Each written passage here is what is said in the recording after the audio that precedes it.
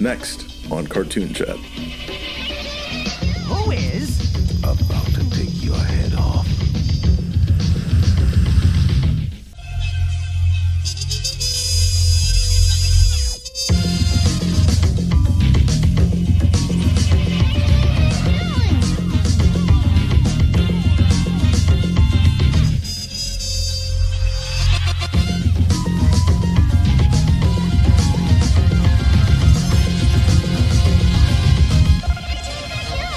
Swann is actually one of my favorite Sonic characters. That is not a joke, by the way. He's in like 3 panels for like a crossover comic and between. Oh, Sonic. you're serious? Yeah. What the? He's in like fucking 3 panels of a Sonic comic. There was a crossover between Sonic comics and Image comics way back in the day. Oh my god. And he's in like fucking 3 panels. Dude. So Swann and Sonic met. It's just like it's one of the old Archies. It's one of the. I'm about to say because I know the crossovers. And it's like one of the old Archies was like a Ken Pender's art style. It was one Ken Pender's. You know Ken Pender's, right? I know Ken Pender's. Please don't speak his name. No, I wish I did. No, you can speak his name because he's a fucking joke. Dude. Ken. It has Ken Pender's weird ass ugly art style, but like. It's one of those old ones, and he's just like in 3 panels of the shit. There must be one I must have skipped over because I think I remember reading all of the crossovers with Sonic, I mean, did you read all the Ken Pender's issues? Well, technically, I'm the right. I read all the way through Archie, so I must have read it. Maybe it was just so disinteresting that you just kind of skipped. Suppressed memory. Yeah. All right, I need. Let's. What's up? Oh, you didn't Jesus finish. Fucking Christ! Fuck, this was your time to shine. I was like, you know what? Fuck Mark. You always do this. You fucking hate. He hates me. But for real, I've heard of Swann first because I remember I was looking up shit for Soul Calibur 2, and I was like, ooh, GameCube version has Link, and other versions got different characters. So you got Heihachi on PS2. What did Xbox get? Some dude called Swann. His design looks cool, but his moveset looks boring as fuck. He just Soul Calibur? Yeah, Soul Calibur 2. He just wields an axe, and he has this basic. I mean, he had a game too back in the. I didn't look up the game. That's why I first heard of Swann. But his moveset in Soul Calibur 2 looks boring. He just wields an axe and kicks some shit. Get over here, boy. He has a much better. He has a way better fighting game appearance than Mortal Kombat 11. He's cool as shit in that game. He even has the voice actor Keith David comes back for that too. Indeed. I think he plays him in Soul Calibur 2 as well. That's Soul Calibur 2 is when I first heard of Swann, and it's like this design looks cool. I didn't really bother looking up the comics or anything else, but and again I remember when he was announced for Mortal Kombat 11, I was like, oh shit, that's the fucking that character is always looked cool as fuck to me. I never read or watched his shit, but yeah. So when this was recommended, I was like, okay. I remember this was like an HBO show as well. I think I first heard the HBO show from a skit from Robot Chicken. He was on the skit was if everyone's seen the music video, The Devil Down to Georgia, he was doing the devil was doing a fiddling contest. They did a parody of that, but with Swann in the fiddle contest with the devil, and the devils were background saying had a show on HBO, and they said something like it didn't last that long or some shit like that, only 3 seasons long. But I never watched it, but I was interested when this was recommended. Awesome.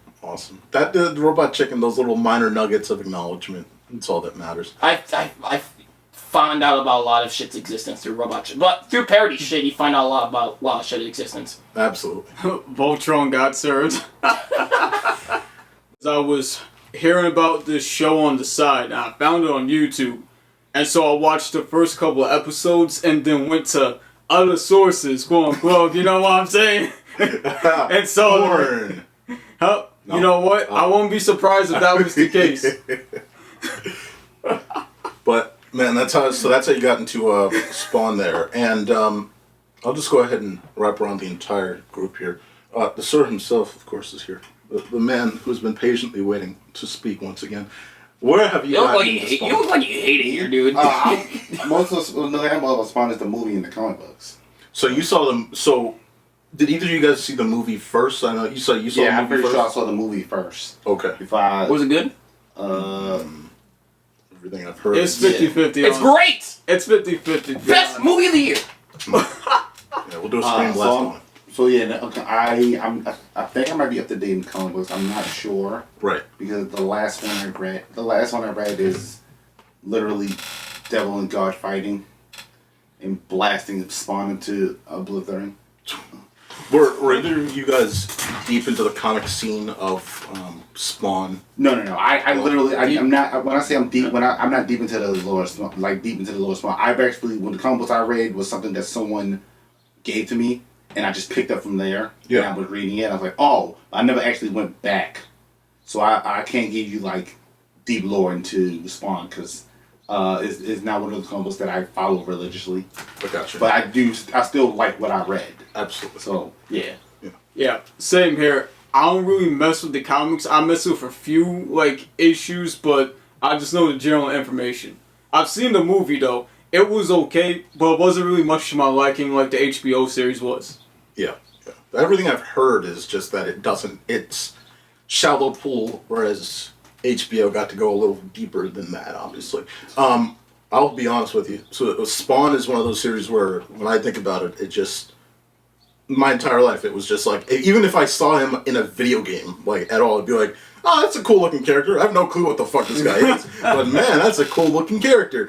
And comics I didn't really read that much of, so, like, I had no, real interest, and it just didn't revolve my way at all, even though I was super into animation at the time. So, Spawn didn't reach me, the comic didn't reach me, the movie didn't reach me, none of it reached me until this recommendation, so I'm glad that we're able to check this out. Alright, so let's get started, alright? This is Todd McFarlane over here.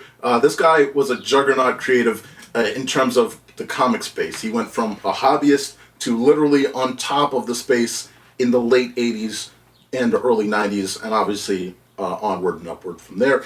McFarlane first actually created the Spawn character back when he was 16, and of course, the first kind of things that got him noticed were his work on The Incredible Hulk in the late 80s, and then as well as The Amazing Spider-Man, and then because he was so popular, he actually got his own little section of an untitled Spider-Man, nothing like themed like Amazing, Spectacular, just Spider-Man. Spectacular. And this was at apparently a time when the comic market was bursting at the seams in terms of its market value. Now, Marvel Comics undervalued him and other critical creatives, so he and 6 other creators actually founded Image Comics.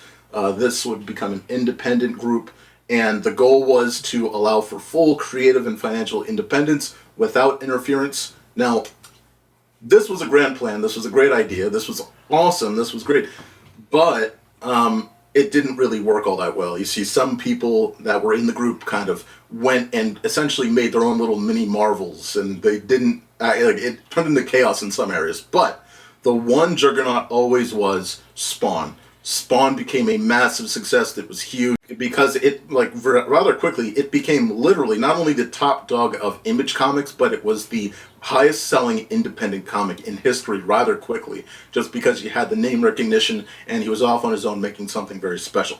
What's up? Go ahead. Oh, you're talking about people, you're talking about the complications of people disbanding from Image Comics. Are you going to get to Agatha later? No. That's a funny story. I was just gonna touch on this guy and that's it. But okay, because go for it, man. Agatha is the angel warrior in Spawn, and she's in episode. I've only seen up to the first season, but she's in episode 5. Right. She's the angel lady. I forgot the creator was leaving Image Comics, and he was trying to get the rights to some. He moved over to Marvel, and he was trying to get the rights to some of his characters, and he got those rights. Marvel helped him, but within that, one of the characters he got the rights to was Agatha. Was this in the late 90s? I don't know what time. I didn't look at the time period. So he jumped back to Marvel again? I think so. Okay. So right. Again, from my cliff note, I didn't. I forgot if he was already there or he jumped back to Marvel. I forgot the name of the creator. It wasn't Todd McFarlane though. Gotcha. But the guy he created Agatha, and when he went to Marvel and he was trying to get the rights to his characters back, one of the characters he got the rights back was Agatha. And so she was taken out of the Spawn comics, and she was thrown into the Marvel Universe as Thor and Loki's long-lost sister. So when you see Agatha in, like, the series, just remember that's now a Marvel character. Man. That's a journey right there. That's like when you hear when NBC like traded one of their football people for Oswald or whatever. Yeah, Disney. Yeah, it was like Universal. So or Universal. Yeah, it's so weird. These like weird trade-offs that you hear every once in a while. So of course, because this was the #1 comic, it was still niche. Like the comic industry was still niche. Like it was popular, but it was still niche, kind of like how video games were at the time. Like it was still niche in its own degree, but it was so popular that many were starting to see its success. So immediately, you already had companies that were very interested in doing things. Notably, you had Columbia, part of Sony Pictures. They wanted to make a movie, but McFarlane actually backed out of that because Columbia would give very little creative control. So the film rights moved over to New Line Cinema. McFarlane agreed to sell those film rights for literally $1 as long as he had merchandising rights and a bit of creative input. And this film would actually release in the summer of 1997. Now, at the same time, as that's going on, so he gets those film rights moved, everything's in production there. While that's going on, he's over there with HBO. And now here we are with, the Spawn series that we're going to be talking about here. Surprised they didn't make the movie. And was HBO under Turner around that time? HBO was under Warner, I believe. And Warner was bought by... Because Turner was New Line. Okay, I know. Did Turner and Warner have any... Sorry. But Warner and Turner didn't work with each other until 97. Okay. So I think it's a weird situation where I think a few years... If it was like a couple years later, these dual things happening, it might not have happened actually in one company. Would have just done one or not the other, because now you just had the same company over Warner Brothers basically in general doing two Spawn things. That's the thing with a lot of shit nowadays where so many companies merge, because this property has a history being licensed out to Marvel and then Disney, and then now it's just under both. It's right. It's so many parts because everything's just unifying now. We're in the apocalyptic future where we're just no competition, just all one entity. Yes. No animation competition, no big comic competition, nothing. Comic book movie competition. Everybody's just doing what the fuck they want and upcharging as fuck. Upcharging being less consumer friendly because there is no competition. Yes. So yay. I was gonna say it's it's a giant hierarchy. We live in a timeline where Disney now owns Alien vs Predator. So it is what it is. What a world. I mean, we get comic books like Wolverine versus an alien or a predator. We do, but we got shit like that back then anyway, though. True, but we can get it again with a lot more. Marvel didn't. From the it didn't take Marvel much. Disney, ladies and gentlemen. It didn't take much negotiation with those any of the comic book companies to do a crossover, because all the comic companies love the crossovers. Yes. And there was rather quickly. They're doing them all the time. Yeah, well, rather quickly, Image did a lot of crossovers of Marvel and DC within a few years of just trying to separate from them immediately. Oh yeah, the Invincibles one. The Invincible ones were great, like the fucking Spider-Man one that they. Oh wait, shit! You guys haven't finished. All right, so before Mark spoils things on a different series, Spider-Man's not in it, but it's just something. Finish the fucking show. So HBO was the next company interested in adapting. It's your fault that I spoiled it. And here's the thing, right? Just to give an understanding for the audience, HBO is you have to understand that cable was the premium television experience at the time, how streaming was about 5 years ago, where it's man, here's the next tier. Now streaming is normal or whatever. But 5 years ago, it's you had TV, you had cable, and streaming was this other thing with more premium options.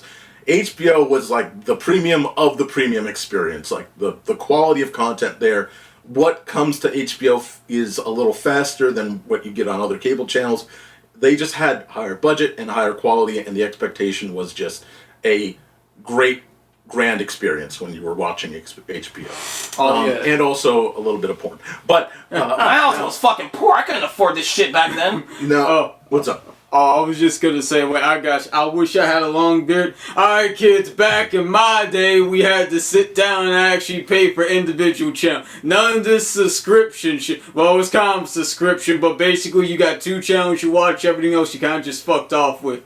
And we dealt with it. So, the way it would go, you would check the goddamn listing, the time, watch the show you wanted to, and you would sit down and just watch it. Unless you could also record it. If you could record it, well, goddamn. Hey, what's this, hey, so... You're a god. Oh, wait, so what's this, VHS tape is a godsend. So what's this Spawn cartoon you're talking about? Like, that sounds good. So what basic cable channel can I watch it on? Oh, yeah. Oh, you must be talking about like TBS or TNT. I might be able to. Cartoon Network? Adult Swim? I can afford that. Nick at Night, maybe. No, it's not on that either. How much money is that? HBO, Jesus God. If I could give an example, if you don't mind me using this. Alright, so this is like basic cable. It's like this can of soda right here, right? It doesn't. It doesn't show the can of. And this is. Oh, does it show it? Forward to the camera. You have to point it to the camera. Alright, so this is basic cable right here. It's like this grape soda I'm holding. You're gonna fuck the angle. Don't do anything. I was going for the amateur. It took us a long time to figure out the fucking angle.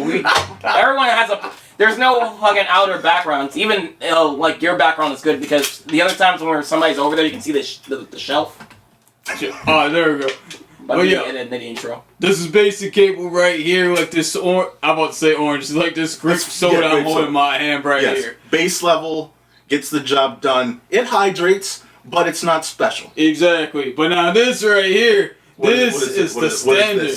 This is the premium right here. That's premium. That's premium E-Tank. Yeah, that's like Mega Man G Fuel slushy flavor. What the fuck? That's like your Toon Disney. That's like your Nat Geo 2, your History Channel 2, your Comedy Central. Comedy would be on.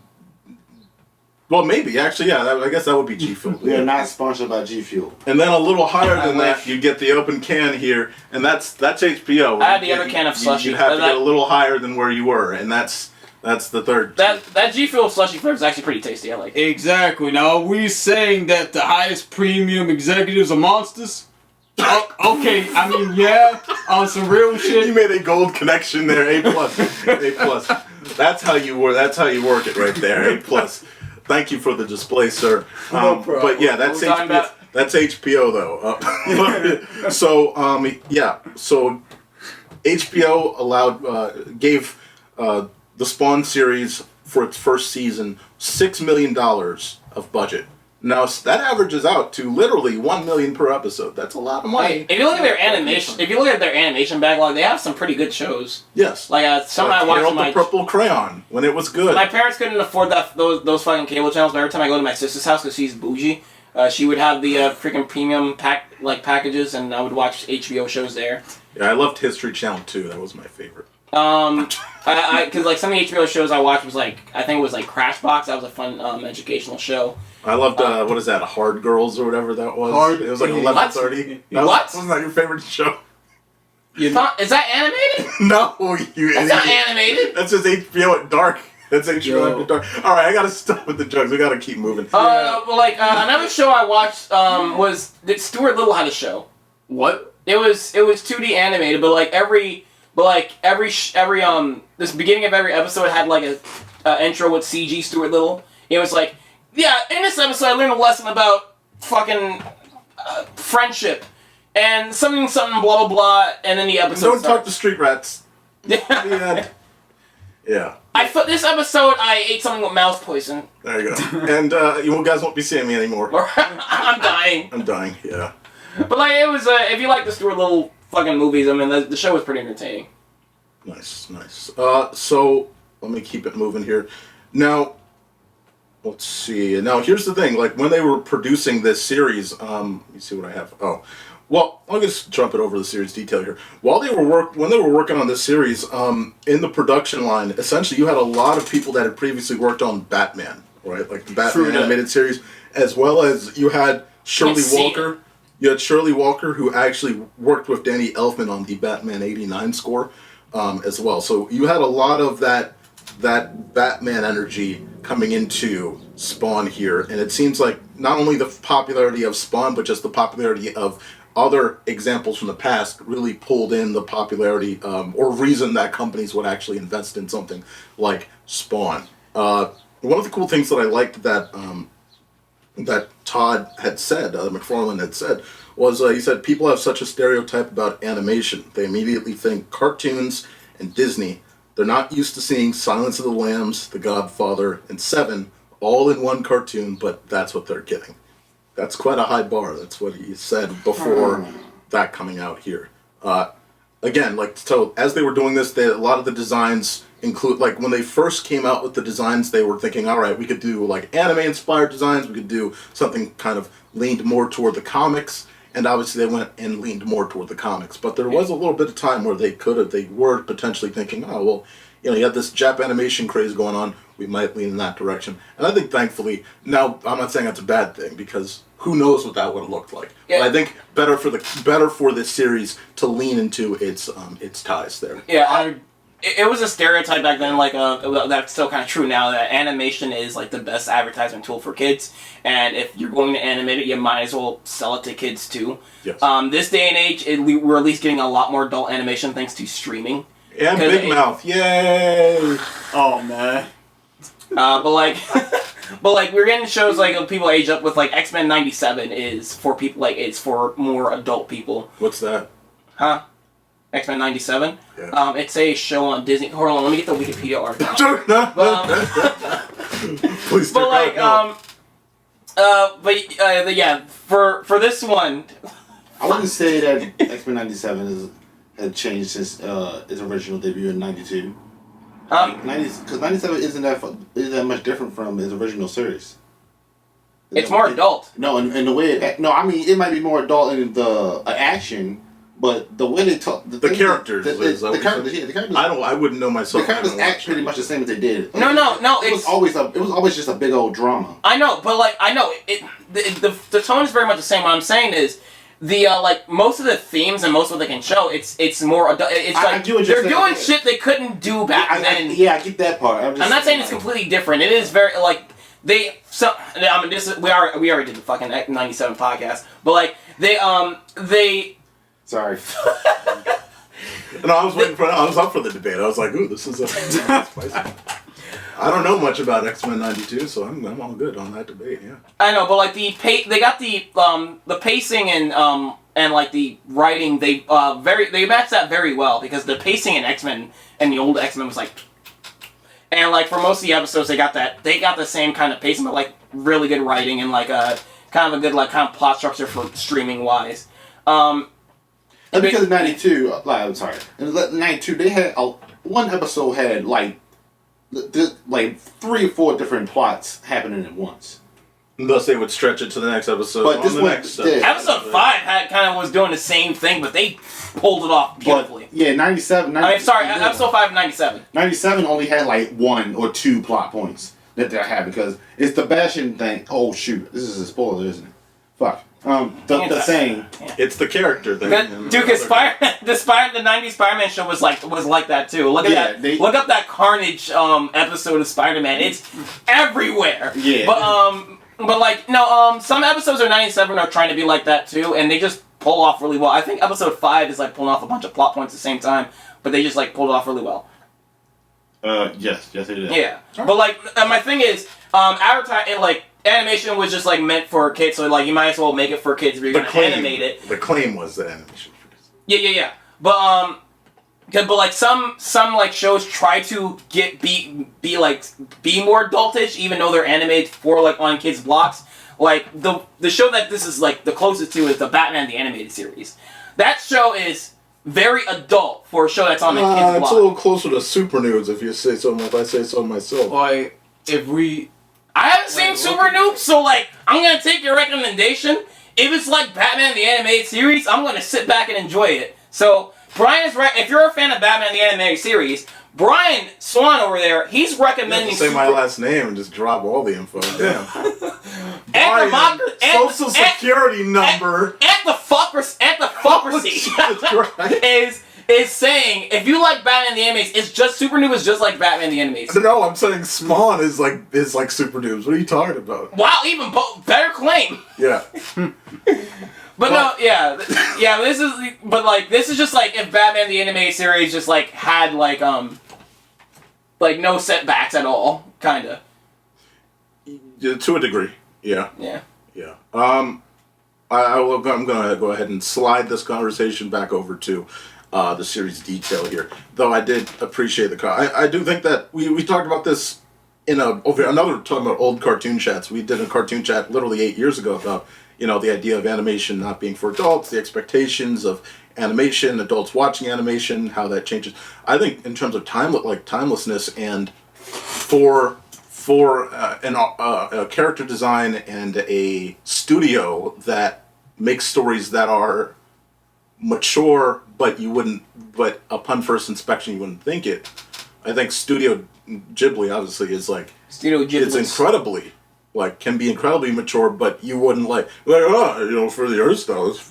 These are kid fucking, but now they are, but they're also very welcoming to adults. It's just for babies. So, moving back to series detail though. Studio Ghibli for toddlers. So Todd McFarlane's Spawn. This is the HBO series, not the movie. This came out in May of 1997. It ran right on past the movie that bombed financially in the middle of 1997 and ended in 1999. It went on for 3 seasons, 18 episodes in total. Has a couple Emmy Awards, notably for an outstanding animated program and individual achievement in animation.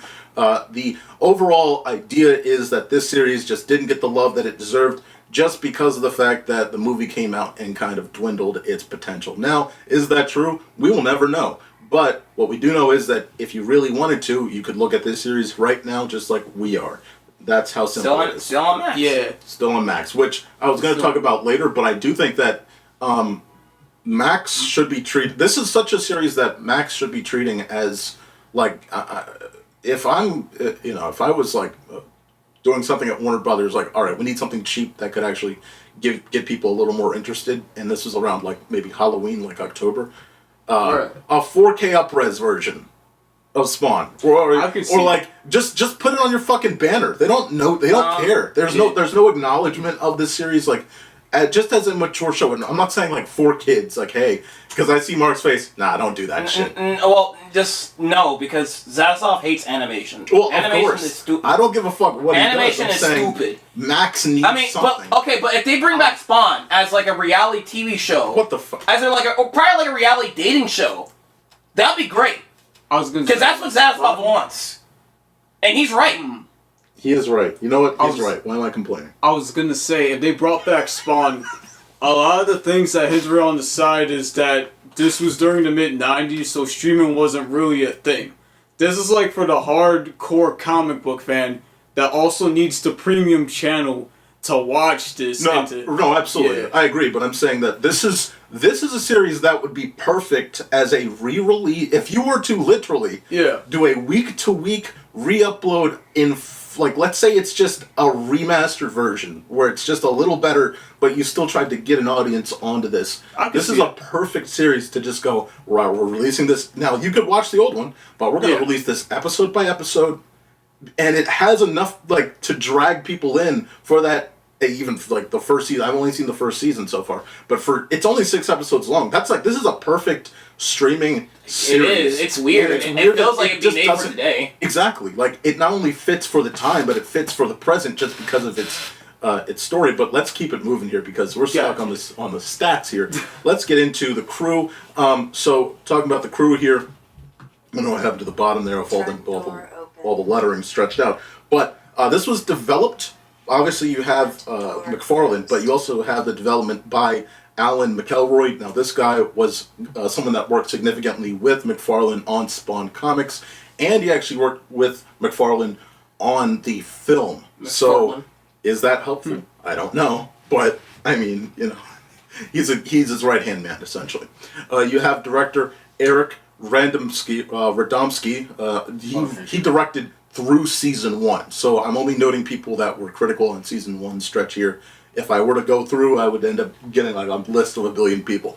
Music was by Shirley Walker. Again, assisted Danny Elfman on the Batman '89 score. A couple key editors of a few episodes in season 1. You had Paul D. Codler and Scott Jeffress. You also had character design, which I think awesome. It's not 1-to-1 to the comics, but it looks pretty good on its own here. You look at by Mike. what else J. Michael J did? Because these designs are fucking good. These are great. I don't, but Mark, you can look that up at any time. So, moving on to the... That's awesome. While you're doing that, though, I'm going to go ahead and move on to the cast. Of course, we got to talk about number one, the man, the myth, the legend, the President of the United States, Keith fucking David, as I'll say. He is? Is he? Keith David. President of the United States. Keith David is one of the most renowned voice actors, Yes. one of the most renowned American voice actors I've seen in my life. Yes. What I've heard. is he? Wait, what is he? Is he president? Like, what is he? Rick and Morty? Something? Like, what is he? Yeah, wasn't he the president of Rick and Morty? Yes. Yeah, that's what I was getting. Yeah. Okay. Okay. Hey, wasn't he also president in Saints Row or something? I don't know. Check it again. Not the new one, not the garbage one, guys. I mean, but like his most famous voice is like a series that has a very similar tone to this fucking Gargoyles. That that intro is still like his voice performance in that intro is still really fucking good. I barely watched that show, but like I somehow still remember that intro for he did. And they brought him back as a reference in DuckTales 2017, which was fucking awesome. Nice. Yeah, man. He also voiced Cabal in the Mortal Kombat series too. Funny enough. Cabal? Yeah. No, I was just gonna let this pregnant pause sit for a bit, but it's all good. I know they brought him back to play Spawn. I'm not sure on Soul Calibur 2, but like for Mortal Kombat 11, like he plays exactly like he does in the show, and it's amazing. Nice.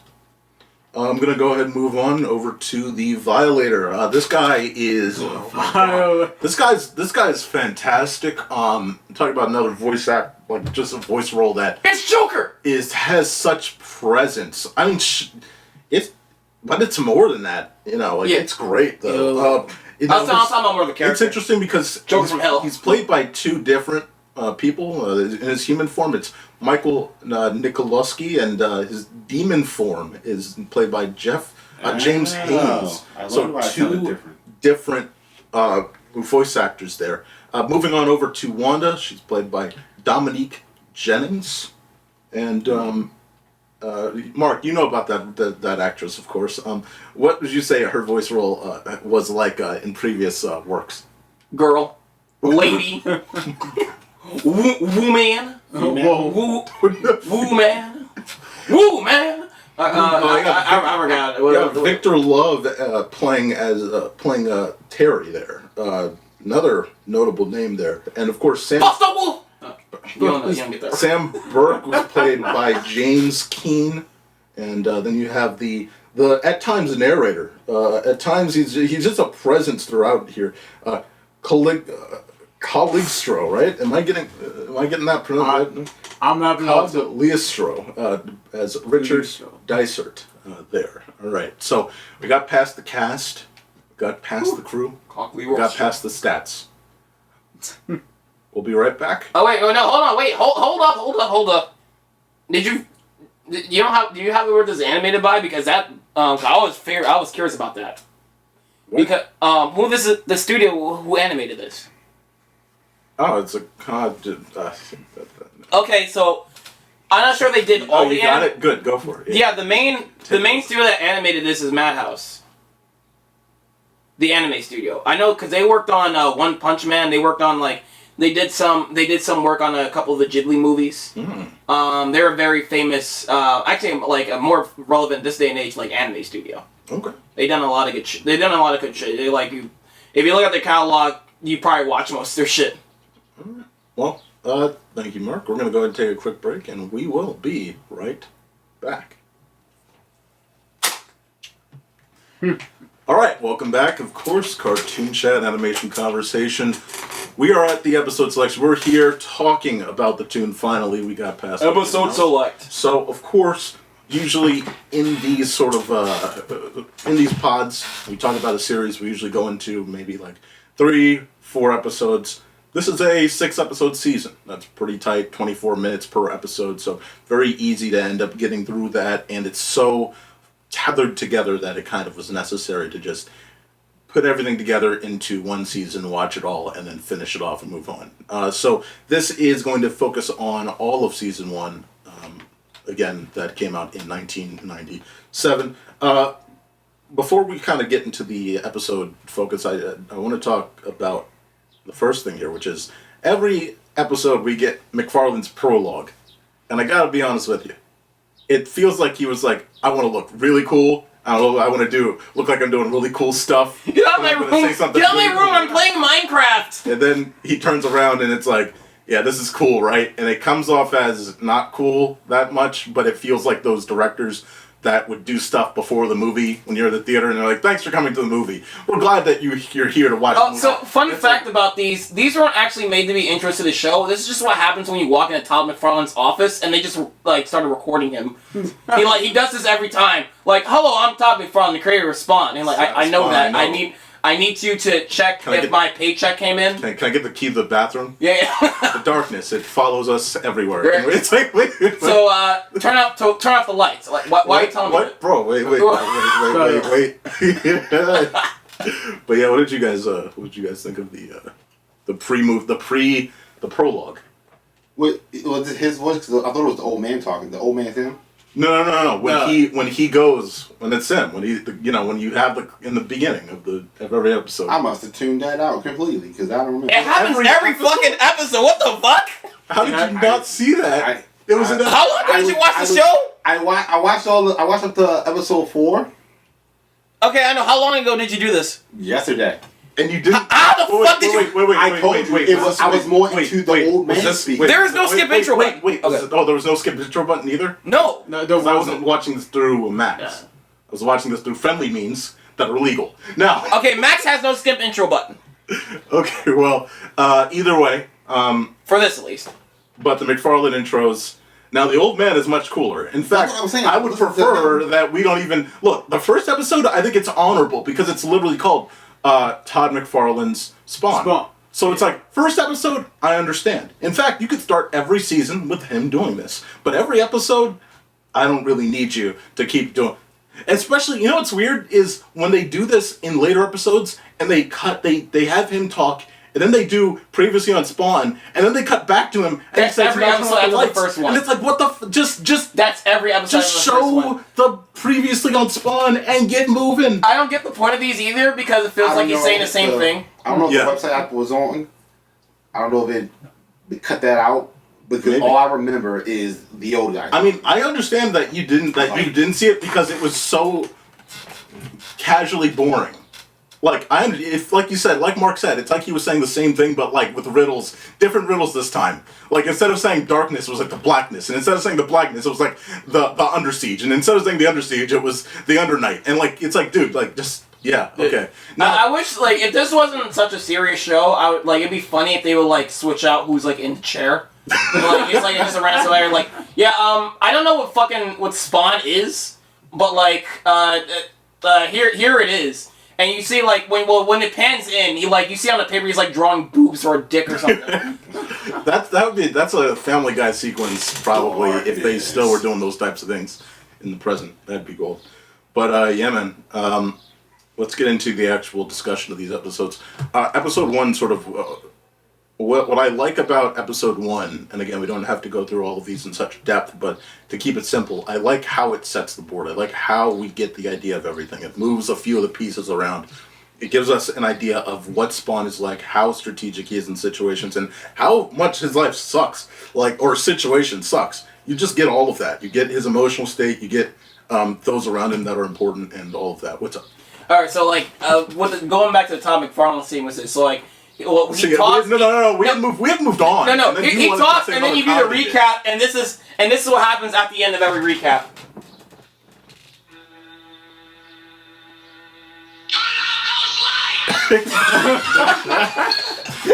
Turn out those lights! Then I kept thinking about fucking Tweety Bird, like, turn out those lights! I'll be honest, that would have been gold if HBO was too premium back then for that, but it would have been gold because that's Warner Brothers. I would have loved if one of those. Oh, they got cartoon shows license out cartoon clips all the time. So they could have done that. Absolutely. I think McFarlane would have been like, that's not serious enough. I want to look cool. we're not going to put Tweety Bird saying that here, the darkness. But again, like, I just love how everything's set. You know, like, notably, again, like, it sucks. You have, again, you get things like the Violator. You see him in this, you see him just sort of poking and prodding of, like, Spawn over time. You get the homeless guy there, like, just kind of helping him out, like, the one guy that actually kind of assists him there. You get the two detectives. You get, again, all these pieces are being set. And then one of the things that's critical, and I wanted to talk to you guys about this, because every time, no, at first episode, I'll tell you what, like, I understand. It's brutal. It's brutal. He comes back to Earth, and he sees that Wanda is getting piped by his best friend, and they have a kid. Now, as it goes a little further, though, it feels like I could imagine that if this show came out today, a bunch of online people would be like, "Wow, look at Spawn the simp over here, watching him. Look at Spawn the simp Spawn over the cuck. here." I want Keith Davis to like say, "I'm getting cucked." You know what's worse though? In the first episode, Spawn's memory is like very janky. Yes. The only thing worse than knowing that that's happening to you is having the Violator talk shit while also physically describing that your wife is getting fucked by your best friend who had a kid yeah, with her and all that shit. Yeah. which is fucking crazy. And what's crazy is, like, again, like, during all of this, like, you can tell that, like, the arrogance is not just, like, it, like, Spawn can't do anything about it. Like, there's nothing he can do about this, because this guy is clearly, like, he has this arrogance because he's bigger than him. Like, he's a bigger force than, at least at the time. Yeah. So I love, like, in some of the episodes, you just start watching them make love, and he's like, yeah, he's like, you can tell he's just thinking to himself, "Oh God, that's so hot." Yeah, like, what the fuck? And his dick's bigger too. There's that episode 3 where he's like, where she's like, "Yeah, I can show you," and he's in the window still. It's like, get the fuck out of there! What are you doing? Stop, Spawn! Come on! Why am I Be better! And you can just hear Keith David like, "Why am I touching myself?" Well, yeah, it's one of those messed up. Ah, dude, that's fucked, man. Okay, is the situation again? I gotta praise episode 1. Outside of the jokes, like, genuinely, like, I love how well it handles the situation and portrays the situation of legitimate trauma and pain that he feels for just, like, he's out of the loop of everything. He's suddenly back. He looks fucking hideous. Like, just imagine, oh, maybe I could go, oh, Jesus, fuck, alright, nope, I can't go back to that. Deadpool like, get it then. Yes, but it's day 1, and it's like, fuck, okay. Like, and again, like, he goes to his fucking cemetery, he's like, I can't believe this shit, this is bullshit. Finds his fucking car, he is dead. Fuck, I'm dead. Why am I dead? Because I signed a fucking contract. God damn it. Now the terms and agreements are coming back to bite me in the ass, too. God, none of this works. God. Like, imagine that. Imagine you die, you come back to life, and you learn that the Apple contract you signed when you were 12 is catching back up to you. And, like, you're going to be a zombie for the rest of your fucking life and work in an Apple bar. Should have read the terms, Kyle. Because even though Al Simmons, like, who spawned stuff, like, was an assassin and did a lot of shit, the reason he came back like that is because he wanted to see Wanda again. Yes. Yeah, like, he did it on purpose, and it's like, damn, this is the fucking result. This is what you did all that to see your former lover getting piped by your best. It just sucks. It's your best friend and your wife together in a smoothie mixture. That's terrible. It's fucking awful. So, like, again, episode 1, I just want to, again, I'm not, like I said, I'm not going through everything, but it's just a great way to get people, like, oh, this is not just some standard, like, oh, okay, generic episode, things are kind of like, oh, he's a hero. Like, no. You also see that he kind of waits until, like, the situation calms down a little bit, and then he, like, it's not like, oh, like, when they're in the alley and shit starts going left, he doesn't immediately, like, oh, yeah, I gotcha. It's like, no, it takes a little bit. Like, people die, and then he's you shouldn't do that. And when he says that, they still go and do, like, their shit. So, yeah, man, like, I think that it's a great first episode. Yeah. It's obviously the only place that you can enter What's even but it's the only place that you can enter for this series because all of us I think would agree you don't just drop someone into like episode 5. So I think this is a great starting point for like if this was on some sort of mature like Halloween playlist or whatever. Like I mean obviously outside of all the fucking Spawn the Sim stuff. What's even worse is like I think the guy's name is Terry. I think is the other guy. Yeah, Wakanda, who's Wanda with. I was about to say Wakanda. No, just because they're black. Just because they're black, Mark. No, because the fucking ring says Wanda forever, and my brain skim read that as Wakanda forever. That's cool. Yo, yeah. But Wanda forever. Yeah. Wanda, but like yeah, the guy's name is Terry. She's with. Yeah, it's like the worst part is he's not a bad guy. No. So like that hurts even more. No, it's just that it's your best friend that just went and Oh yeah, that's even more. But like it'll be easier if like he was an asshole, abusive. Because then you could kill him. Yeah, like Sinbad. Yeah. Yeah. It's literally Sinbad. Yeah, it's literally Sinbad. Ordeus has to watch as like, she's like, man, I miss being on that boat getting taken down by Sinbad.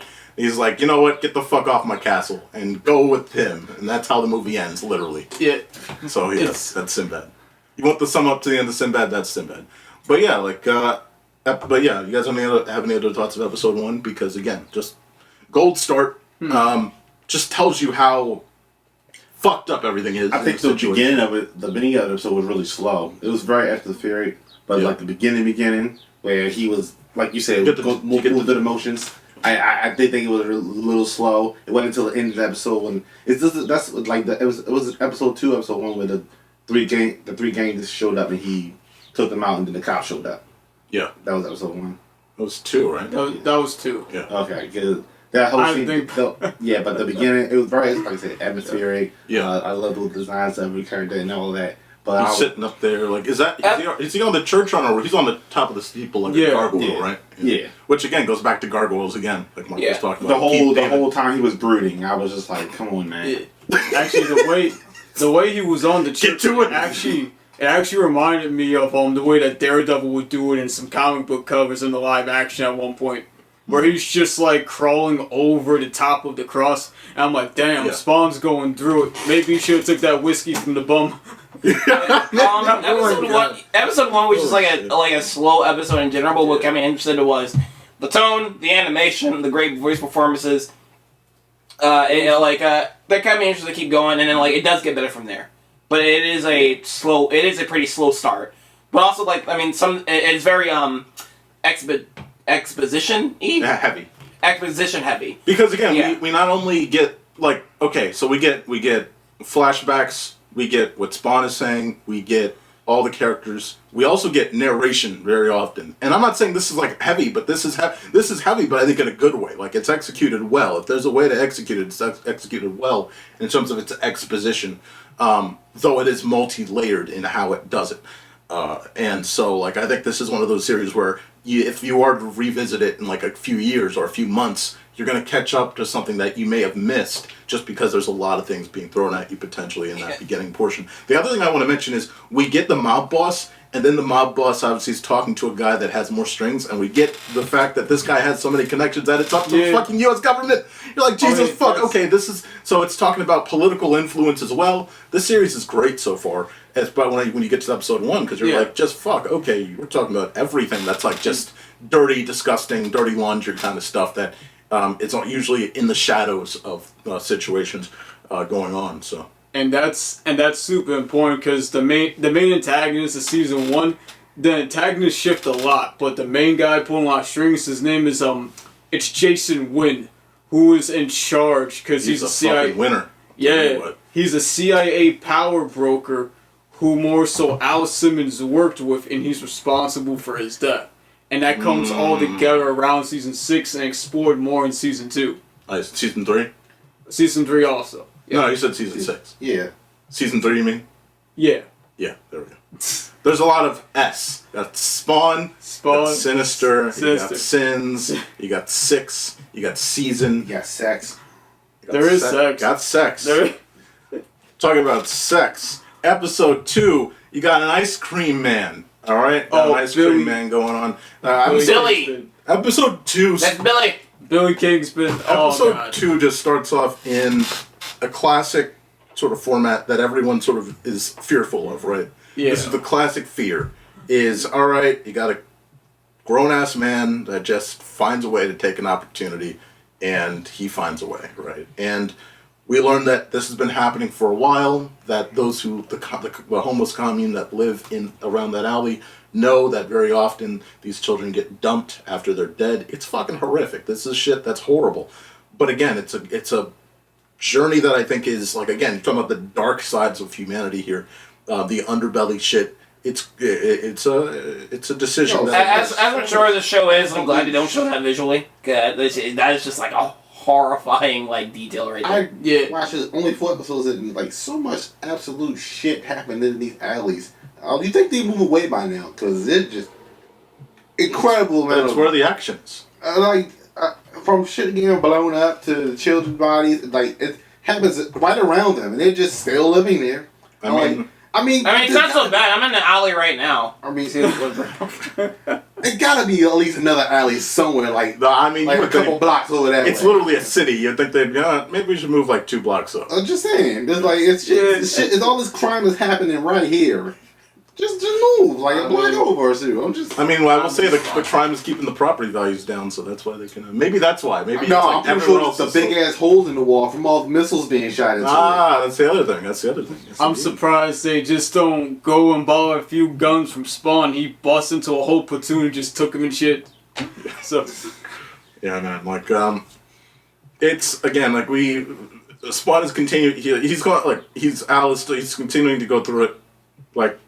The homeless guys are like wondering, like, hey man, what the fuck are you? At this point, like they know what, like he's weirdo. He's weird. He's clearly not immortal. Like he's not immortal. So it's like, what the fuck are you? And they're hanging around here. Doesn't eat. And doesn't shit. And like, and he's dressed up like a vampire. It's like I love that the outlet that they treat it in this world. It's like that outfit is still fucking stupid looking. Like they acknowledge that. They're like, this fucking outfit. Dude, what the fuck are you wearing? Like, you do say that like pretty often. They're like, what the fuck? Hey, bud, like, you could change this out. Like, and also, I do appreciate the fact that like you get Swann is like he's going through the worst, and he shows. And again, I keep saying the homeless guy. Maybe I didn't get his name, but he shows the man his face. Like, and he's expecting like. No one's gonna love me. No one likes me. And he's just like, I've seen worse. I don't know what the fuck you're worried about, dude. Like, it is what it is. Like, and it changes his whole it changes his perception like for a moment. Like it's like the first time where it's like, oh okay. Like, and it changes his own perception of himself because he thought himself as the ugly duckling, and he is, but it kind of makes him a little like more accepting of his ugly face. True that. I don't know how else to flow that convo, but something I like about because like episode 2 is like one of the first episodes of action, right? Yeah, I mean, no, yeah. I agree. I was. Oh yeah. But like the thing about this, like from the whole show from like the first season so far is like it feels very power fantasy. There's no like suspense because Swann just seems more powerful than any other mortal, so he's just a badass. So every time like he gets beaten or something, it's like they're gonna get it. Yeah, they're gonna get it. Like he's gonna get back up. They're gonna get it.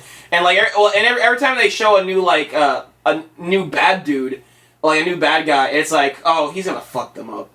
Like that's why it's why I like about power fantasy like movies and shit like John Wick and stuff. But like it's just like. Oh, the main character is not gonna die. He's not, and they're not gonna touch him.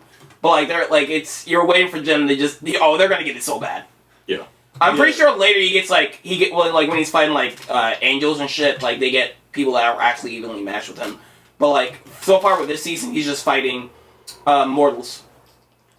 Or close to it. You have that cyborg in 3, so like. Even still, he's still like He's the closer he's getting away from just mortal because he's clearly got this added thing, because the only way that Spawn was actually able to get him was through going through his fucking armory and taking all the stuff. But still, there was no suspense because like he got Spawn. But it was overkill. But like he got Spawn at the same time. I felt like, oh, he's just gonna get right back up and fuck him.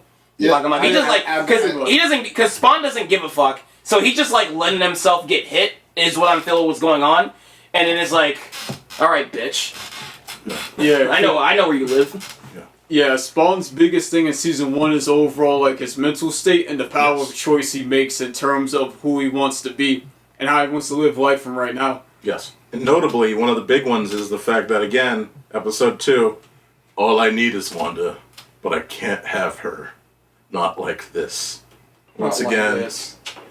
Not like because again, like you understand, but look.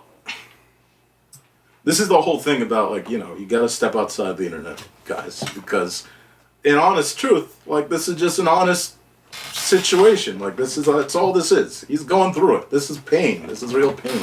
This is real romance. This shit sucks for him. What? From the comic books I read, in the show. Okay. In the show. I haven't watched it. I haven't read any comics. In the show, so far, all you know is that, up until this point, episode 2, it's like a yearning. That's all. Episode 2. Yeah, we need a Space Jam. Are you like looking at me every time you say that? Like, I don't fucking know. But get to the point. I was just doing a thing on the side. I'm the comic relief. You're not. Again, comic relief. So we get a couple things. What does that mean? All right. Jesus. So again, we get another, like you said, we get the alley fight. We get that the mob boss sends in, like you said, overkill, or calls for overkill. I'm trying to. You have the big thing though is the biggest part of the episode. I think is atop the church though. I think that's the biggest part of one of the biggest parts. To me, it's the biggest part because again, like here's again the violators. Like we finally see what he actually is. He's not just some fucking clown that's just fucking with them. This is a piece of fucking hell sitting there right next to you. And you have a goal, and you signed the fucking contract, and you're gonna work with Apple, because we need to sell iPhone 14s, and you're gonna be out here, and you're gonna do your fucking job. Alright, bud? You're working for the devil, and that's what the fuck you're here for, and let me show you what I actually look like. I'm not just Tim Cook. I'm Tim Cook Extreme, and that's what the fuck he is. And so, like, you get that horrifying creature that, oh my god, that's stuff of nightmares. I wasn't really a fan of his voice at that moment. No, same. It wasn't the actual voice, it was just how low it was. Yeah. To a point where the whisper just was really hard for me to hear. It's almost too subtle. Even when I turned the volume up, it was just not there. Right. So it was really irritating. Like, this is cool, but I can't understand what the fuck you're saying. You know what's the interesting part about it, though? What's up? The more soft spoken it is, the more creepier it is that's listening. Yeah, I don't agree with that. But Yeah. I just like, I wish I could hear what the fuck you're saying so I could get creeped out. Right. You know what I know what you're saying. Speak louder. You're not scaring me. Yeah, You're whispering. Speak. Yeah, speak up. Like, yo, it's crazy. I was able to hear everything. I had he no said. heart palpitation. That was what I'm saying. Right. Yeah. No fear. No fear. Nothing. But yeah, I get what you're saying. Like, I will say I had to turn it up on my TV because it was like closed captioning. Yeah, because I was like, what the fuck? And then once you hear it, then it's actually terrifying. But when you don't, it's like, hey, but you're like doing a library whisper. Could you speak up for me here? Like, fucking Christ. Yeah. But yeah, like he's jacking off to a picture of his Wanda right in front of him. And it's like, hot wife you got here. Jesus Christ. He's pissing on the fire of the homeless guys that were befriending him. Oh, God, I love this guy's character such so an much. antagonist to fucking Spawn. Yeah. Such an instigator. Like, Jesus Christ. Yo. I know, because he's meant to trigger Spawn, because, like, what I like about him is, like, I think he's, like, second in command to the devil, or something like that. Really? Do you know, Nick? In terms of Violator, I know he's a high-ranking officer. I'm not sure if he's second in command. Or so he's like, he's something. He's a high-ranking officer. So like he's just trying to get Spawn to like just get on the path of evil. So he's fucking with him. So and that's why you see like, no, it's not what the episode's talking about. Wait, when episode 5 and 6, he like gets the pedophile to find Wanda's daughter. Right. And kidnap That's right. her.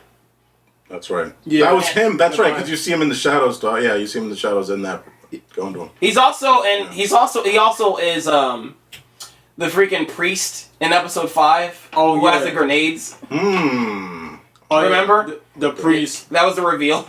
Right. Yeah, What he a was, fucked situation. and he did that shit. Everything he does is to try to make Spawn kill someone. Right. That's like his main goal in season 1. But I like how he interacts with the cast. Like, he's not just a one-note character. He's hitting every side in terms of, like, the notes and knows how to fuck with people. Absolutely. If you guys have nothing else to say about episode 2, we can move on to episode 3. And guys, we'll take a quick break after episode 3. We'll come right back after 4. I said at the end of 3. Fuck! Jesus Christ, dude. Fuck. Jesus. Let's get at least halfway through. Was he going for the ignorant? Damn, bro. Jesus, Jesus, yeah, he's over here like a 4-year-old.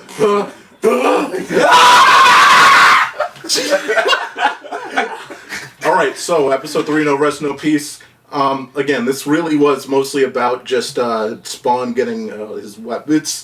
It moves more chess pieces because they see that there's now again, you said his name, but the government guy sees that Spawn got in, and he's like, "Who the fuck is this?" Spawn kills this cyborg that's supposed to overkill. That's supposed to be like this impenetrable force, like the last call. It's supposed to be the last need, and he just knocks him out. And in fact, he not only knocks him out, but again, he goes to the mob boss, and he's like, "Yeah, man, like, hey, just a heads up, stay the fuck out of the alleys." And he's like, I love this little back and forth where he's like, "Who am I? I don't know." It's like, "That's right, you don't know." And of course, Don't look me up, bitch. So you get that whole segment with Spawn, and then we see that Wanda is actually on the case of this for child assaulting and murder. And she's actually figuring things out, and it's actually getting her into this pool of people that Spawn is also dealing with as well, and it's all coming to a head here. 3 is critical because we're starting to see this meshing together. We also see that her wife, her husband, what's his Terry. Terry is Works also for- who works for the government guy, is also investigating. And so all of them are just, it's all like you can see the tendrils all just tying together in a way, and it's all getting pretty not good. Yeah. My only nitpick is like when he grabs, I think it's Tony, right? The fat guy. When he grabs him, he's like, Who am I? I don't know. Haven't you ever played Soul Calibur 2 for the Xbox? I had the GameCube version. It's an Xbox One exclusive. It's an Xbox exclusive. Yeah. Xbox exclusive. But yeah, like I actually found the whole thing with Wanda to be more interesting in the episode than the stuff with Swann. Like the whole intrigue with the politics of the lawyers and all that everything being covered up. The climb is always great. The investigation, anything investigative is always very interesting, especially as you're watching a character that you know is getting deeper into a dangerous situation. Also, I don't think Swann was actually after them in that episode. This episode when she was in the forest, right? She was in the woods and getting information. That's when she I gets think the informant. I think he was just following Wanda at that point. Yeah. I think. No, that's episode 4. That's not episode 3. Oh, okay, that's episode 4. I think he's just following Wanda at this point. And no, but that's in 4, not 3. Okay.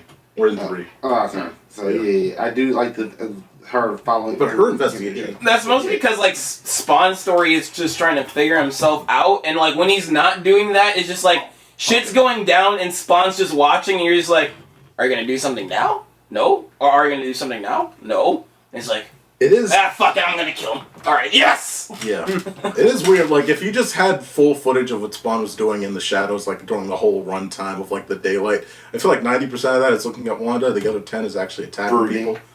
Yeah. Yeah, it's like again, that's like where you get to Spawn the simp, but like it's fine. Yeah. You know. He's like such a lazy anti. He just watches shit. He just like looking over, like he's like, damn, somebody should really do something. Yes, indeed. Nobody's doing anything. Damn, that sucks. It's like, wait, what about you? Yeah, I'm tired. I'm bored right now. I guess I'll do something. Yes, indeed. Yes, indeed. I'm gonna wait for shit to happen. Shit just happened. I'm gonna wait to see if it happens again. Yeah, talking about shit to happen, we're gonna take a quick break. I could do something. And we'll be right back. So, Mark, go ahead and push that button. Yeah! I'm turning on the AC! Ah! That feels good. Oh, wait, we're still recording. Fuck! Alright, we're back, of course, Cartoon Conversation. Let's get to the second half of this discussion about Spawn Season 1. Let's move on to Episode 4. I think, again, the first 3 episodes, just Episode 3 really sets things more into motion with all of our characters, notably Wanda and Terry, and all of them kind of merge into place, going into one specific direction. Now, Episode 4, this is Dominoes, right? And in the beginning, the old man finally says something interesting, which is he talks about the domino principle, which, this is a really funny thing. Like, the domino principle's funny, like, to bring up, because all the domino principle is just one thing leads to another. So do you really need to bring up, like, the domino principle on anything? Like, I could say that, like, I could sound smart. Like, imagine I'm at a restaurant trying to, like, be smart to a date. It's like, that reminds me of the domino principle. It's like, what's that? Well, the theory is that one thing will lead to another. And like, that's it? Yeah, that's the domino principle. Do I look smart? No, that's fucking stupid and absolutely unnecessary because you could have just said that. But that's like the meme of the like there's a party going on and there's a guy holding the red cup in the corner. Mm-hmm. It's like I know this fact. Nobody cares. No one cares. Was that a reference to Scott Pilgrim? No. But I mean, it's kind of similar. That scene is kind of similar to that meme, but he's actually talking to somebody. Yeah. The meme is like the guy, he's by himself in a corner, and he's like, they don't know I know this fact. Oh, the guy, yeah, the pretentious. Yeah. Oh, the mob boss. So over with the mob boss. Mob boss is like, fuck. All right. So I'm gonna send one of my lackeys over to Rome as a sacrifice. So you're gonna go over to Rome because Overkill's dead. So you're going over there. He's gonna get he's dead. Obviously, this lackey. Yeah. But like, you're going over there, and you're gonna just show up. You're gonna tell him what happened, and you're gonna be nice. All right, and just sending him off to die. Like, there goes that lackey off there. Right after that, this redhead, apparently named Agatha. Is that right? Yes.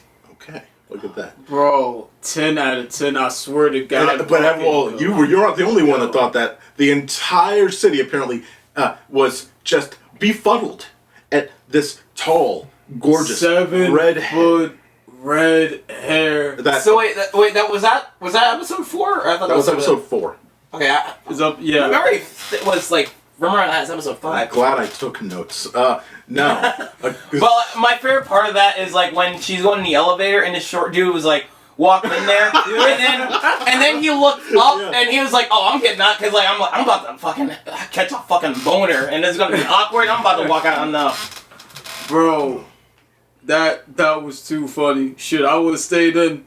I thought he was just like, this is not for me. Oh, no, I would have walked... No, if she was, like, that hot, I would have just, like, walked out because he was probably thinking, like, oh, fuck, I'm gonna get, like, a huge boner and he's gonna be fucking awkward. I don't deserve to be here. That's the energy I got. Like, I don't even... In your presence? Jesus, fuck. I'm just gonna kill myself. Like, that's... Because he just left the fucking room in the elevator. He, like, looks all crazy. Like, God damn! Before Agatha gets in the building, there are these the two guys. Yeah, the two Streets of Rage grunts just look over and they're like, "Hey, baby, you want a good time?" And she pulls them into the alley and she does a mid kick with her heel to the dude's face. I'll be honest. The first time I watched this episode, and she pulls up her skirt. For a second, I thought some demonic shit was gonna pop out. I was like, "Oh God, what's coming next?" And she just does a long kick. I was like, oh, "Okay, this isn't bad." But no, some fucking demonic thing with tentacles come out, and like the guys will be like, "Oh my God, I'm into that." Why the fuck? Well, I can fix her. I can fix her. Why the fuck did me and Mark take the same thing in terms of tentacles just coming from? Yeah, absolutely. So, she goes into that building. It's like this chapel structure. It's like some mega church-like thing. Yeah. And clearly this has some sort of religious sense because, of course, she was the one that apparently we learn wiped out the 2 previous Hellspawns. Here's a new one, and she's like, hey man, what the fuck? And she's persistent, but she gets pushed away. And so we're trying to figure out, we don't have all the groundwork laid as to why, but she's being pushed away from being able to do that. And she's, I guess, she's some sort of angel. I mean, because the lady's name was Gabriel. Cool. Well, I mean, you're catching on. No. I thought it was obvious. Like, they're equipped. No, of course, okay. yeah, they're in a church-like structure. She says she defeats Hellspawns. Like, I mean, you know, it's a battle for... This is the episode where you really get the sense of where they explain again and again and again, this is a battle for heaven and hell. Earth is the battlefield, and humans are the souls. And what I will say is, I love this lens because it really, like, puts into a lot of perspective. You can relate that very much to, like, anything in real human in real human life, anything that's, like, super destructive and super, like, seemingly, like, just evil happening in a certain area. In any situation, you imagine, like, oh, like, there it is right there, or someone that's actually doing positive things being killed out of the blue. You imagine there's another example right there. Like, you can easily see, like, oh, like, this is very potentially, like, not potentially, but relatable, and you can actually obviously attach that to many real-life situations if you were to. But going back to the actual story here, Wanda's in the park. This is what you were talking about earlier. Wanda's at the park. There's a man spying on Wanda, and while that's happening, an informant gives her information about the actual perpetrator, or just the information about the fact that, hey, this guy that sexually assaulted and murders kids, that's not the guy, and here's some more proof. And you're trying to figure that out? Well, we have information that that I have given you. He's a really deep informant in the PD. And it plays into it also because there was a politician around, I think it's episode 2, episode 3, where Jason Wynn's like, alright man, here's the plan. You're going to try to run for president, so I can get some things from you. Yes. And if you don't do that, I know people in very high places that can make your life a living hell. It'd be terrible if Billy got ratted out for being a child killer. They don't like child diddlers in jail. Yeah. And he already knows what's up, so he has to play the part of becoming president, and it goes back into, you know, what happens in episode 4. Absolutely. Yes, indeed. Yes, indeed. Yeah, and we see the detectives are still working their case, and they're also noting on, like, man, like, this guy's... It looks like he's going to run away with the presidency, but again, you see that the detectives are still just going at it there. Yeah. At the same time, Swann has what is it? Or let's go back. So let me back up a little bit here. We go to Wanda's office. The informant gets more files. She doesn't realize the danger she's putting herself in. I think she realizes the danger she's putting. She just don't care because of her daughter. Because every time she sort of, there's moments where clearly it's like impacting her at a deeper level because we see like she reacts in a certain way when she sees her the photo frame of her kid, and it's like, damn, like, you know. Wanda, it's weird. So it's only 3 I got. I think Wanda's a bit obsessive when it comes to anything of this caliber, because she goes ham in multiple cases for season 1 and season 2. And she's putting herself in danger multiple times, but she keeps, like, going forward. Probably because of what happened to Al.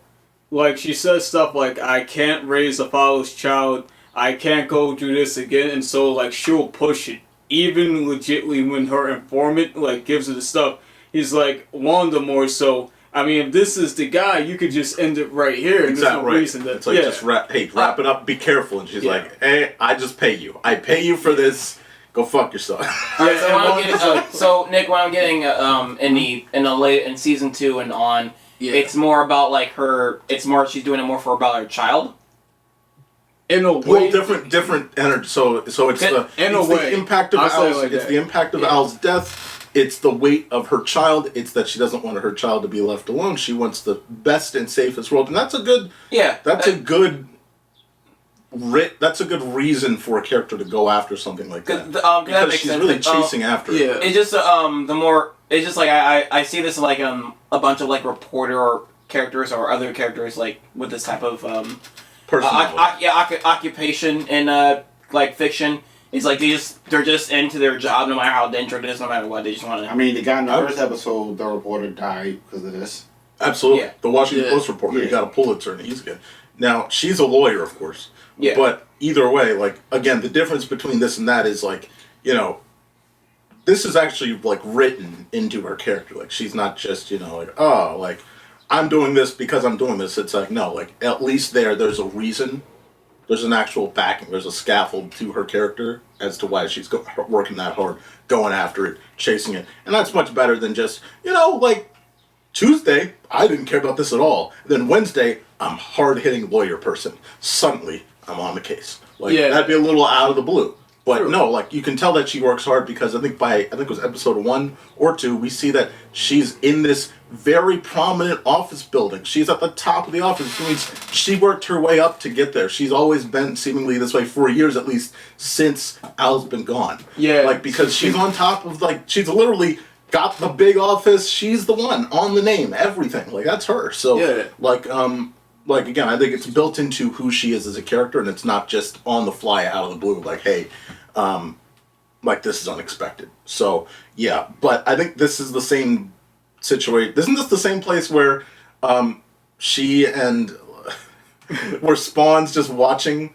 She's like, yeah, I'll show you some investigation or whatever. And he's like, and Spawn's like, I want to watch that investigation. No, I think that was at their house. It's weird. I think it was at their house. Like, I thought, he was at their office. No, it was at their house. It was at their house. Because she was half naked. Yes. That was at their house. Did they do the transition from her at the office? No, because it went from him. It was weird because it went from him with his boss, with Terry. Yeah. With his boss, then he went home to. That was their house. That's why. Yeah, because she was looking over files, and so it didn't necessarily give. Because he's still watching out the window. She was asking him to come to bed too. Is it creepier that he's watching from a first-story window, or from the if he was watching from like 40 stories up? It's creepy. It's creepy. I think it's creepier in the first if it was first story because he's just what Mark said. It's creepy that he's watching it. What Mark said. The part that fucks with me a little bit is when he is at the seeing Spawn in daylight, like without the shadows with the animation. It's so weird to see Spawn out in the sunlight with his whole costume. I'm like, damn, this is awkward. You're talking about like back in episode 1 where he's walking down the street, up he's in just the in the trench coat, because that was weird too. In episode 1 where he's like walking down that was when weird. he's walking down the street. It's like you look so out of place, bud. Like, I mean, like he's like opposite Mr. Rogers. I mean, where's Spawn located in? I mean, where's Spawn? The setting of Spawn is New York. It's basically New York because it's like they have like basically he styles it like New York. We see a couple times where like they have the Twin Towers in the background. This is again 97, haha, 9/11, haha. I know you guys are gonna laugh. You know, like no, but legitimately, like the setting's clearly like some part of Manhattan or like Bronx, whatever, some shady part of New York. Isn't New York famous for people in costumes? No, not in Times Square, maybe. Not all over the place. I feel the same way. Not like in a random ass alleyway. There are like no, not like that. They're not like it's not like there are real people who would like dress in hero work and go around. I agree with you. I worked at Dollar Tree in 2017, and there was a guy every couple days that would walk in with an Assassin's Creed outfit, and he clearly didn't wash up because he smelled like ass. But that's what he would do, and it was weird, and it was like, I love the fit, but wash up. But I understand what you're saying. But New York is just like any other average place. It's just in the core center of New York, specifically like Times That's Square. the same way I feel about Batman anytime he moves around where there's light in general. Batman only looks good in darkness, but like when there's light, especially like a lot of it, it's just like he looks like he's a guy in a costume. Yes, he's a dude in a costume. Yeah, but how often is it daylight in Gotham? Like no, I mean when there's light. When there's just light. What the fuck do you mean? Not even daylight. No, it's usually always when he's moving around and there's like a lot of light. So like when inside buildings and shit, when there's a lot of light, he's a dude in a costume. Yeah. Now, Spawn has a nightmare, and this is kind of like, it's more of a future cast, because we know that Wanda's getting herself deeper into this situation, so it feels like it's not just a nightmare, but an actual future cast at this point in time, where she's putting herself in such danger that Spawn's nightmare is that Wanda's being murdered. She gets literally dragged down to hell, and he's at the he's tied up and has to watch as she's getting just mutilated.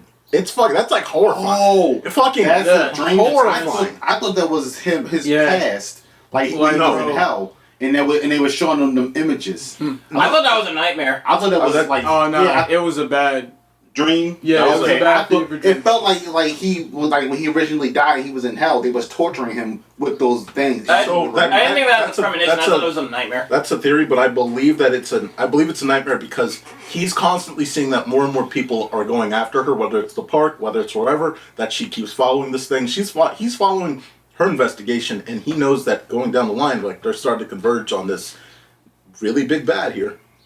And I think that's why he's having that nightmare. Also, he's tapped into hell pretty well. So like they're gonna tie into, so like you're gonna get the projections of the worst possible thing. And funny, isn't he literally fighting for his soul? I'm not trying to cut you off, Mark. Isn't he literally trying to fight for his soul, because if he keeps going into the darkness, he will literally lose that part of him that is sort of more, as you would call it, wholesome. He's trying to keep his humanity, like his soul. Legitimately, his soul is already taken because he cracked a deal. I see. But the Apple terms and agreement. Yeah, but like, in terms of his mind, he's trying to keep it because he knows the deeper he dives into, the more he loses of himself. Like Ghost Rider. So that means in hindsight, just like Wanda's one of the few things to keep him sane. Well, that's why he keeps going back. What was the con's name again? It's like the Sandman. It's like the Sandman in Spider-Man 3. What was the con? What was the good part of Spider-Man 3? What was the con's name again?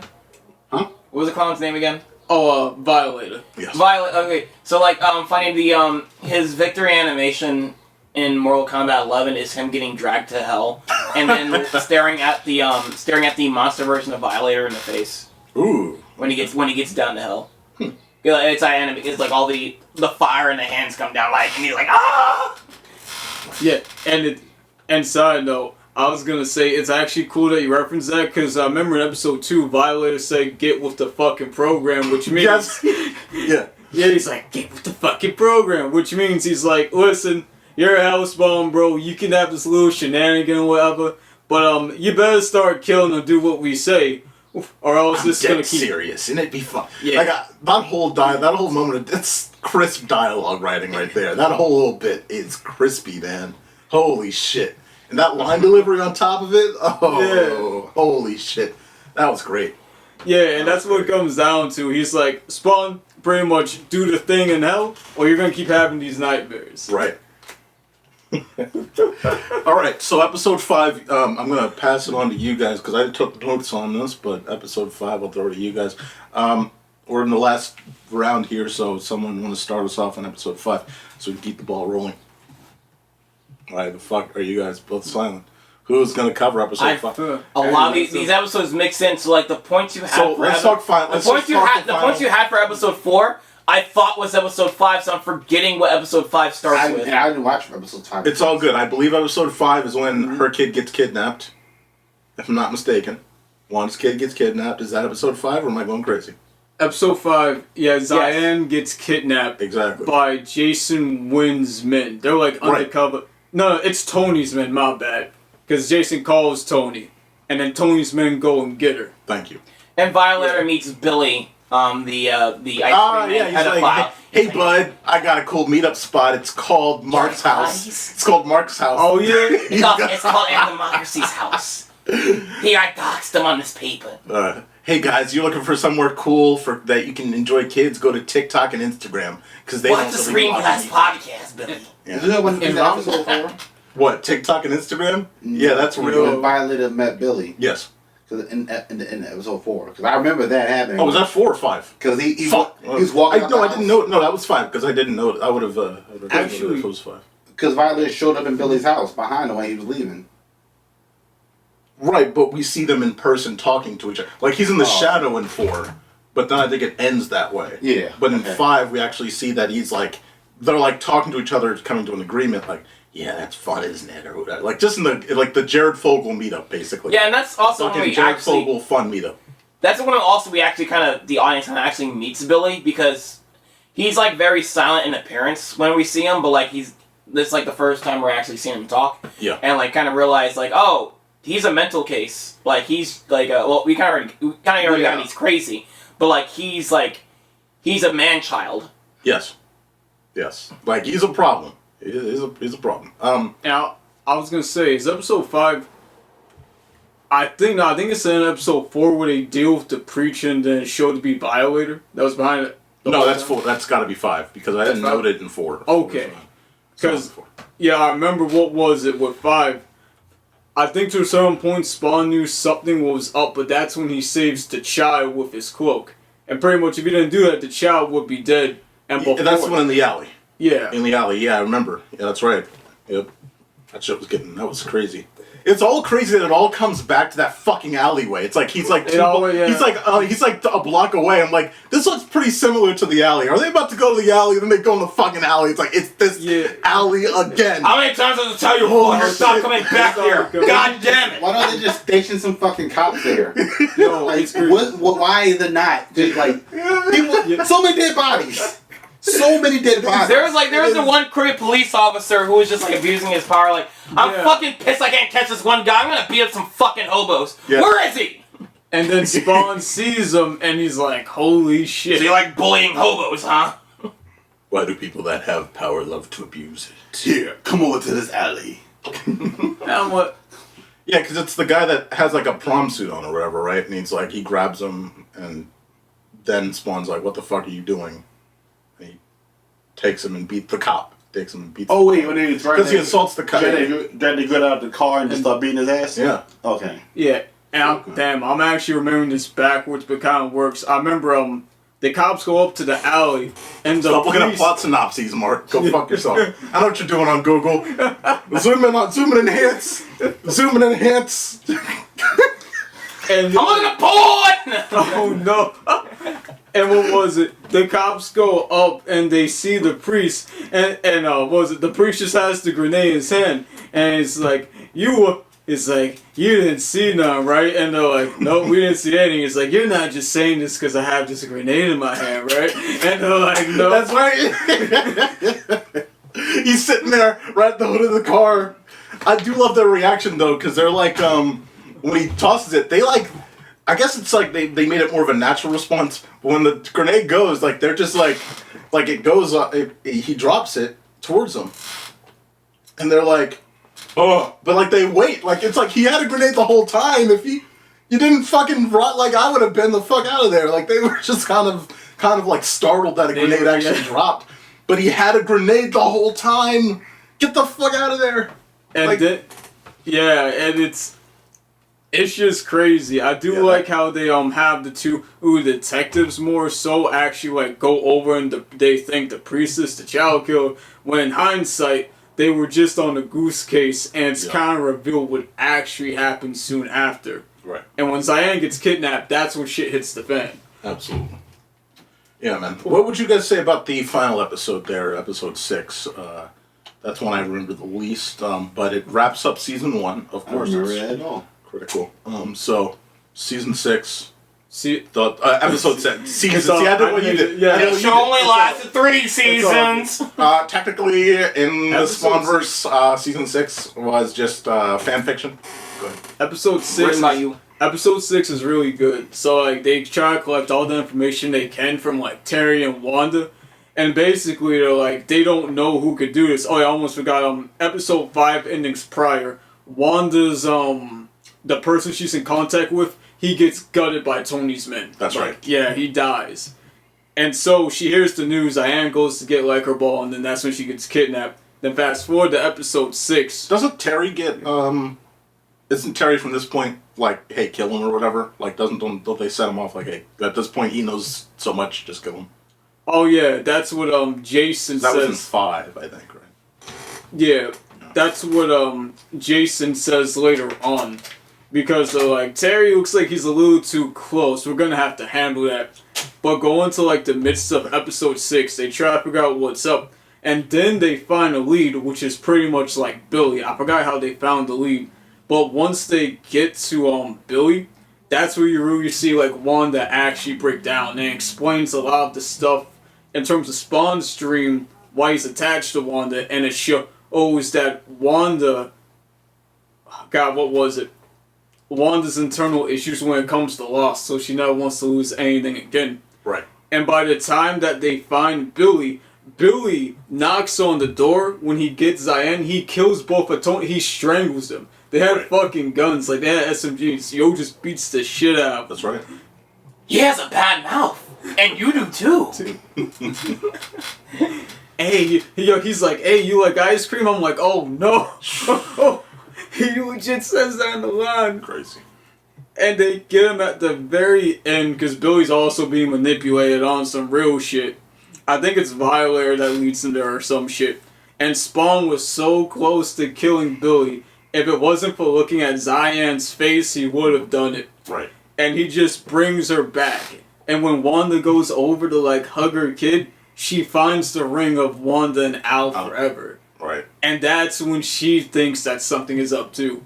Right. And that's most of what I remember from episode 6. But episode 6 is fucking good. Absolutely. I wonder she's like, I'd be kind of like, Al alive? Like, was Billy that fucking...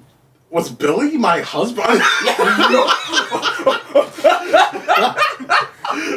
Oh, because I mean, it's like, why you leave that at the scene of the crime? Because like, I'll be like, this ring should have been on that fucking corpse. What the fuck? Yeah. Did he? Yeah, it's very like where you. It leaves more like I feel like she would more lean toward like the suspicion that they were more spying on her than that it was actually her husband. Or not husband, that it was Al that did it. Like, I like how... That, my brain wouldn't go straight to, oh, Al's alive. It would go to, did they know that far back about my history? Like, I think her mind would go to, someone robbed my husband's grave. Yeah. And then she would probably... I like how Spawn, like, gives the ring to the kid. He's like, yeah, make sure Wanda thinks about another man while she's in a happy relationship. Yeah. Go ahead and just... Seeds of discord. That's all we need. Seeds of discord. Eris from Sinbad would love this so much. Oh my god. She would love all of this. And I know the back of everyone's mind except for Violator is like, what the fuck is going on? Yeah, absolutely. Yeah. So with season 1, I think that's a perfect time, honestly, for us to go ahead and shit, probably like give us a year's time. We might get back to this shit. This is good. Oh yeah, like I think this is a perfect time for us to just sort of close the door on season 1's discussion here. Any final thoughts on just the overall season itself? Because I think that this is excellent. I think, you know, like sometimes the pacing might be a little a little bit like fast slow, but in terms of the way that it builds its characters, the way that it has the characters sort of interact with each other, the journey you go on. The amount of things that they talk about that are in the shadows usually, you know, and the way that they have that portrayed is excellent. You know, again, you have the political realm, you have the sort of seedy shit going on in at street level. You have the little bit of kindness from an area. What is that song? You find love in a hopeless place. You have that little bit of kindness in such a hopeless place. That gosh darn alley of chaos, like, and again, I think Spawn is truly like a defined character that's going through something serious and unfortunate that you don't know how he's going to get out of whatever situation he's out of. I mean, Apple contracts are very hard to break. How are you supposed to do that? But like, eventually, you hope that wherever it goes somewhere good, and you know, you just don't know. So that's I think this was a grand time. Oh yeah. You know, I think that again, if I were Max, if I were not HBO, if I were Max, I would definitely have some sort of re-release format where I would make a special sort of format where this thing is getting re-released episode by episode in a high-res format, so that you then get more traction on it. And maybe you do a podcast around that too. Or don't steal our podcast. Or get special. Well. I mean, the show's already out there. I mean, it'll be stupid to release it week by week, or like, you know, give it another season. Yeah. Oh, I mean, release that week by week because people are. But that costs money, Mark. I'm trying to save them money. I'm trying to save Warner Brothers money. Oh well, here's something similar because after watching how dark this show is, it makes me like more excited or more wanting for Batman the Caped Crusader, that more mature Batman the Animated Series they're supposed to be working on. The one that's been like moving at snail's pace ever since. The one that was supposed to be under fucking service. Yeah. But now, because David Zaslav was like, fuck cartoons. What's animation? Yeah. He's like, fuck cartoons, no. I don't want that shit. So, like, you know, they had this shop to someone else, and I think it's supposed to be on Amazon. Mm-hmm. And it's like, we're, you know, still kind of waiting on it. Hopefully, it still gets finished. We haven't heard any news about it Dumbass will recently. say no to Batman. Again, David Zaslav. David Zaslav! The guy that He would say no to that. he's the guy that held up Coyote. That's currently holding up Coyote versus Acme. Unless, but... Rid off the taxes. Or here's the solution. He's been pulling everything. Or his solution, they could turn into a reality show. He did bring this up before. Reality show.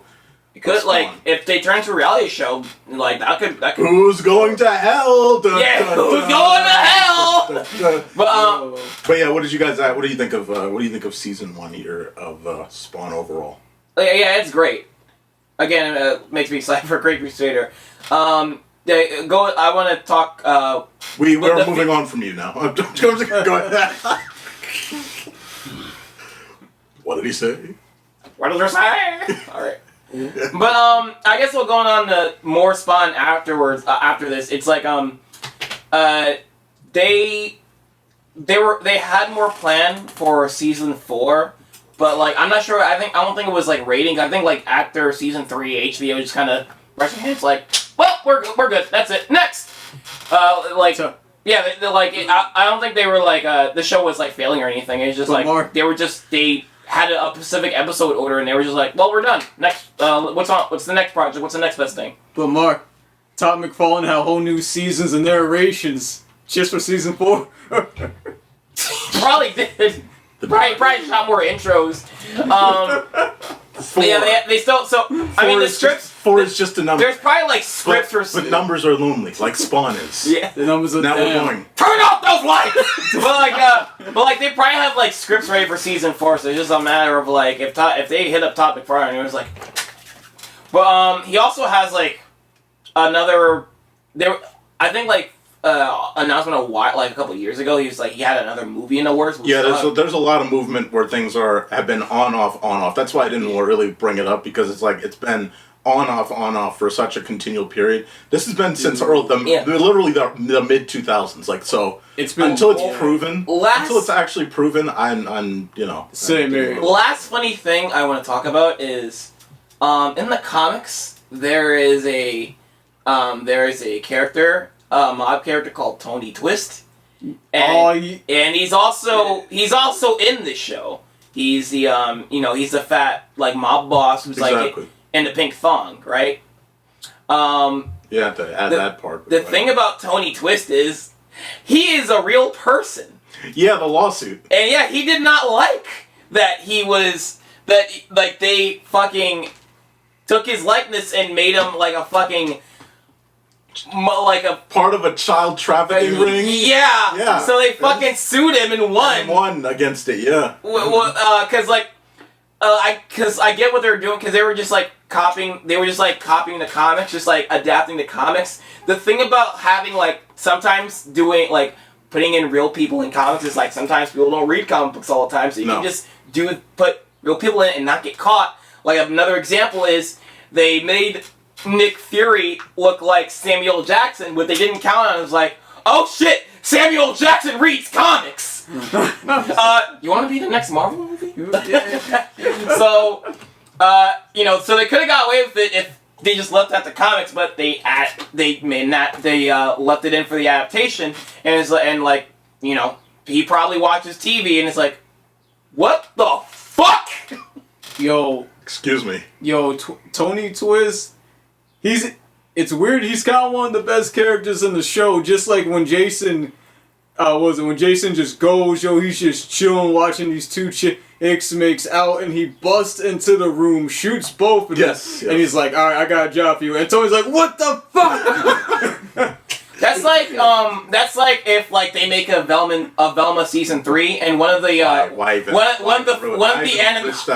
animators like watch Screenblast podcast, so they make a character called like Bryan from Athemocracy, and he's like an abusive abusive husband and like murderer. fucking human trafficker, and like you're just watching the fucking show. You're like, what? You're like, what the fuck? Season 1 was pretty darn good. I think I would watch this again. I probably gonna want to watch this more. I'm probably gonna watch it all the way through now. But we will do season 2 eventually. If they ever make a season 4, for the love of God, please put a SWAT team in that fucking alley. Or some snipers on the roof. I don't know if that alley exists in season 4. Read the comics. See what happens in there. That's your answer. Because man, oh man, the nonsense that happened in this alley, and just no one's getting caught. It's just ridiculous. But yes, I did enjoy it. I will watch it again. Gotcha. And of course, for the man that chose it himself, how is it revisiting it? You're banned from choosing.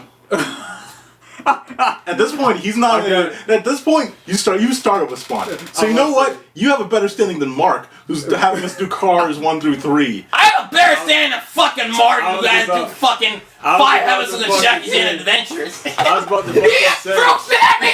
I'll fucking end your life! Jesus Christ! I was about to say, if we ever do season 2, I can't wait to like go ham on that. I saw it once. I'm willing to see it twice. And but season 1, it does a good job of establishing itself. It's like a couple of the moments are pretty damn slow, but once the action picks up, it's not more so seeing shit happens. It's like, so is Spawn gonna do anything this time? That's the real fucking question. Right. And the moment Zion gets kidnapped, that's when he goes full throttle into being proactive. And I'm like, thank God they finally did it. Oh yeah, side note, Chapel is also in the show. He plays a really small role, but he gets involved later in season 2 with more of the origins to it, if anything. Gotcha. Okay. Alright. But season 1 is good. It's just a good show. It's actually incredibly down to earth despite being like supernatural. This is the type of comic book show that you really, I don't even think you would see nowadays, because everything is kind of like fantasized. No, I think it's pop. Like, we talked about this. We talked about this earlier. It's pop. Like this is the perfect run for a modern streaming series. It's 6 episodes. It's tight. It's 24 minutes. Yet that runtime moves at a nice pace. Like it does feel longer than it actually is. Like it feels like you're watching an hour-long episode. At least feels like to me every time I'm watching a single episode. Feels like a much longer stretch, and I think that works for the show. But I feel like again it fits in a timeline where where you have this continual movement of content. I do think that's important. You raised your hand. I didn't know you were looking at me. Yeah, you were like doing a bunch of. I was trying to do this just for no reason, but I didn't know you were looking at me, so I didn't know. I didn't think you actually paused on me. Like, what's happening over here? Yeah. So, but yeah. The last thing I want to mention is just to bring up how cool Mortal Kombat is. He references the fact that he was in Soul Calibur in one of his interactions. I think he said something like, "Why does my soul still burn?" or something like that. Spawn. Yeah, Spawn. Spawn in Mortal Kombat 11 references the fact that he was in Soul Calibur, so it's like, oh, he's referencing another crossover. It's just cool. That is pretty cool. That's effort that they didn't need to do. Yes. Yeah. This has been, of course, the Animation Conversation Cartoon Chat. Of course, you can find us at screenblastpodcast.com. Find us at your favorite podcast service. I was joined today with the man that keeps jumping his hands up. He keeps putting the camera at the wrong spot. Horus Son and Martin. Why do you?